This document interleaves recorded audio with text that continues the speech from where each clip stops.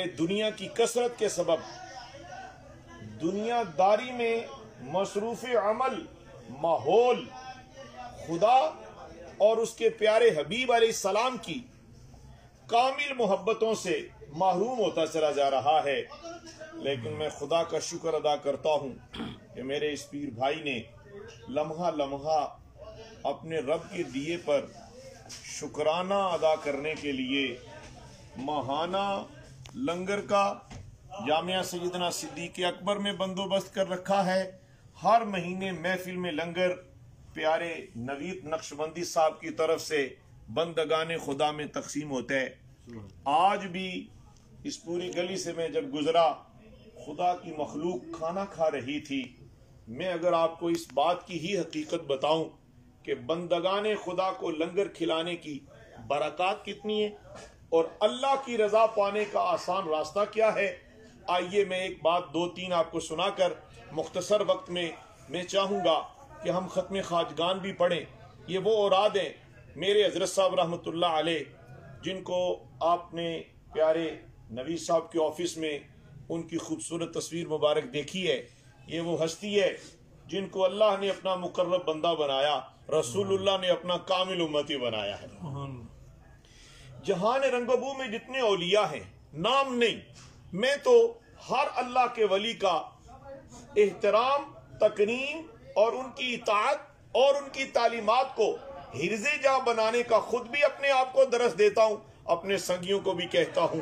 امیر اہل سنت ہوں، مفتی محمد امین ہوں، علی پور شریف کے تاجدار ہوں، نیریے شریف کے تاجدار ہوں، کسی بھی سلسلے کے کوئی بھی بزرگ ہوں، سب کی محبت رب کے محبوب کی محبت تک لے کے جاتی ہے.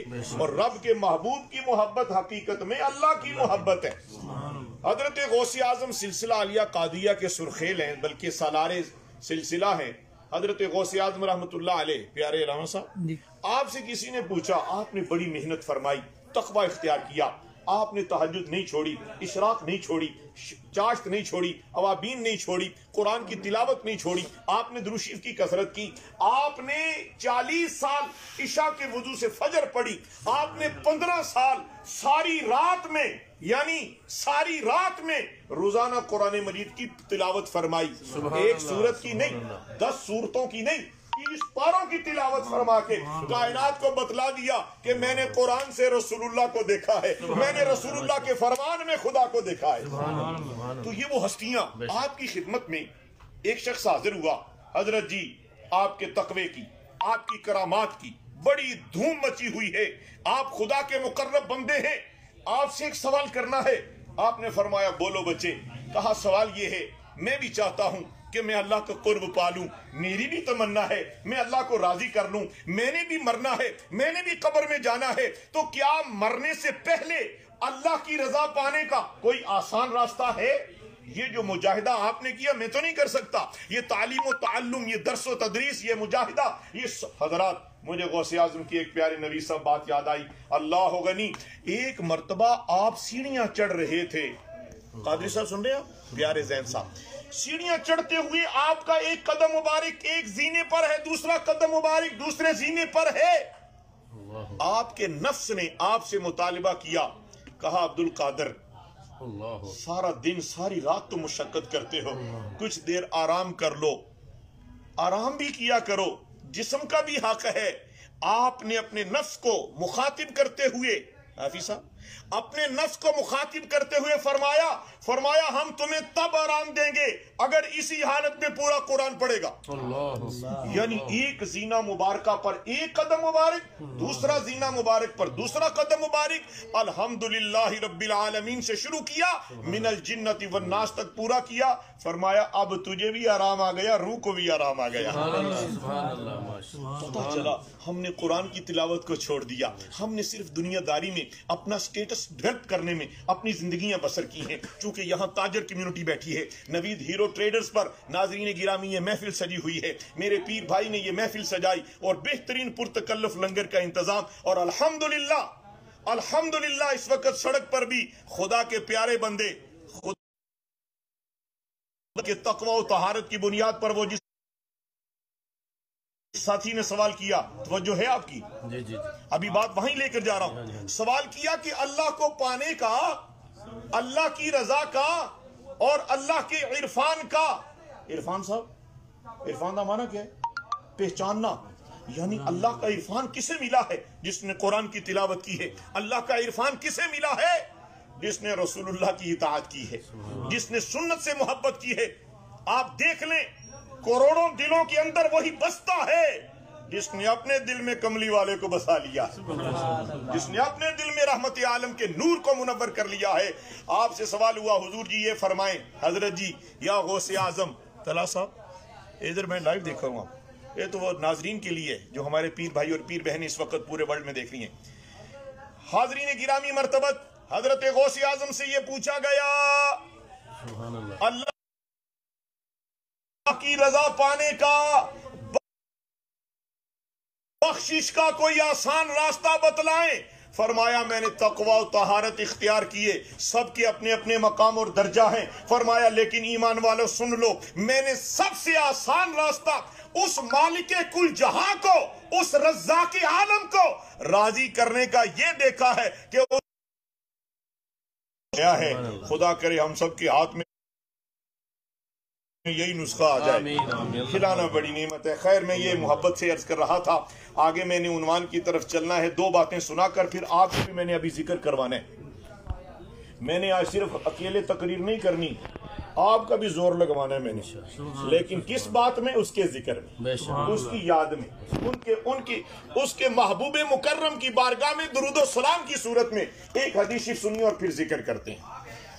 نبی پاک صلی اللہ علیہ وآلہ وسلم، ناظرین گرامی مرتبت، ایک مرتبہ راستے پہ تشریف لے جا رہے تھے تو ایک شخص اونٹ کی لگام پکڑے ہوئے سرور عالم کی خدمت میں پیش ہوا. آتے ہی عرض کرنے لگا السلام علیکہ ایہا النبی ورحمت اللہ وبرکاتہ. سبحان اللہ. نبی اکرم علیہ السلام نے سلام کا جواب عطا فرمایا. فرمایا کیسے آنا ہوا؟ کہا یا حبیب اللہ صلی اللہ علیہ وسلم، گزرا آپ کے بددعا کے چہرے پہ نظر پڑی، رک گیا، سوچا کہ اس چہرہ نور پر درود بھیجوں، سوچا کہ اس چہرہ بددعا پر سلام بھیجوں.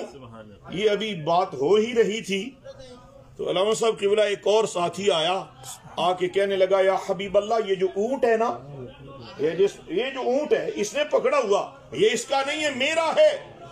نبی رحمت علیہ السلام نے فرمایا اس کی کوئی دلیل ہے، کوئی گواہ ہے کہ یہ تیرا اونٹ ہے؟ ابھی وہ بولنا ہی چاہ رہا تھا تو وہ جس کا اونٹ تھا، یعنی جس کے ہاتھ میں لگام تھی، وہ حضور پر درود پڑھ رہا تھا. حضور علیہ السلام پر درود و سلام کی برکتیں میرے دوستو دیکھو. وہ اونٹ بول اٹھا.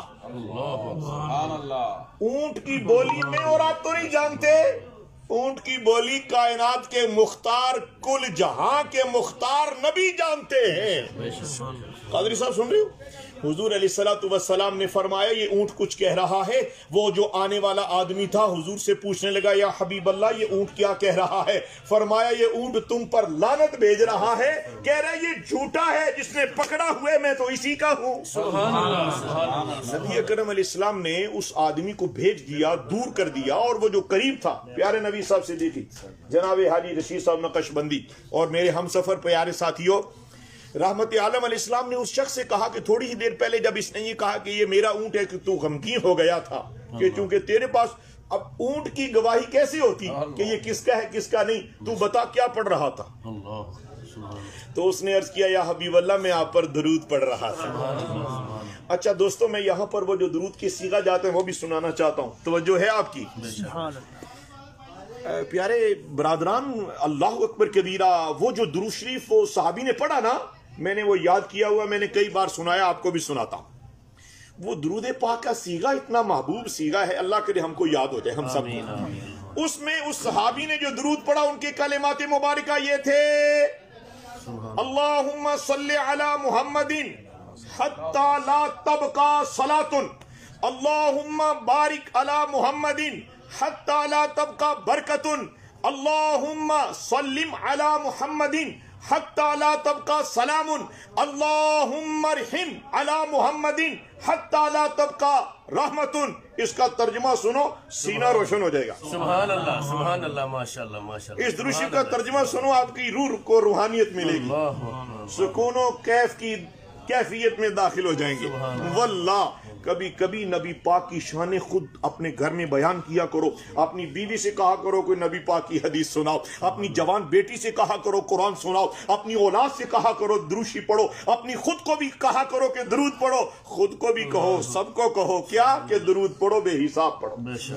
ہم نے تنظیم بنا رکھی ہے تحریک درود پڑھو بے حساب پڑھو. لہٰذا میں یہ درخواست کرنا چاہتا ہوں, اس کا ترجمہ سنیں اور گفتگو مکمل کرنا چاہوں گا. اس صحابی رسول نے جو درود پڑھا اللہم صلی علی محمد حتی لا تبقى صلاة, اے اللہ محمد صلی اللہ علیہ وسلم پر درود نازل فرما یہاں تک کہ درود باقی نہ رہے. برکت نازل فرما یہاں تک کہ برکت باقی نہ رہے. سلام نازل فرما یہاں تک کہ سلام باقی نہ رہے. رحمت نازل فرما یہاں تک کہ رحمت باقی نہ رہے. حضرات یہاں تھوڑا سا شکل ہوگا کہ آپ کہیں گے باقی نہ رہے سے مراد کیا ہے. فرمایا ایمان والو کل من علیہا فان وَيَبْقَى وَجْهُ رَبِّكَ ذُو الْجَلَالِ وَالْإِكْرَامِ. یہ رنگین, یہ حسن, یہ جوانی, یہ مال, یہ دولت, یہ عزت, یہ آبرو, یہ جہاں, یہ کوٹی, یہ بنگلہ, یہ گاڑی, یہ اقتدار اور یہ وزارت, یہ امارت, یہ دنیا داری سب ختم ہونے والی ہے. قرآن کہہ رہا ہے کل من علیہا فان. فرمایا جو کچھ ہم نے آسمان سے لے کے زمین تک, زمین سے تحت الثری تک جس کو تخلیق کیا سب فنا ہونے والے. ہر شے فانی ہے اور شے ناپائیدار ہے.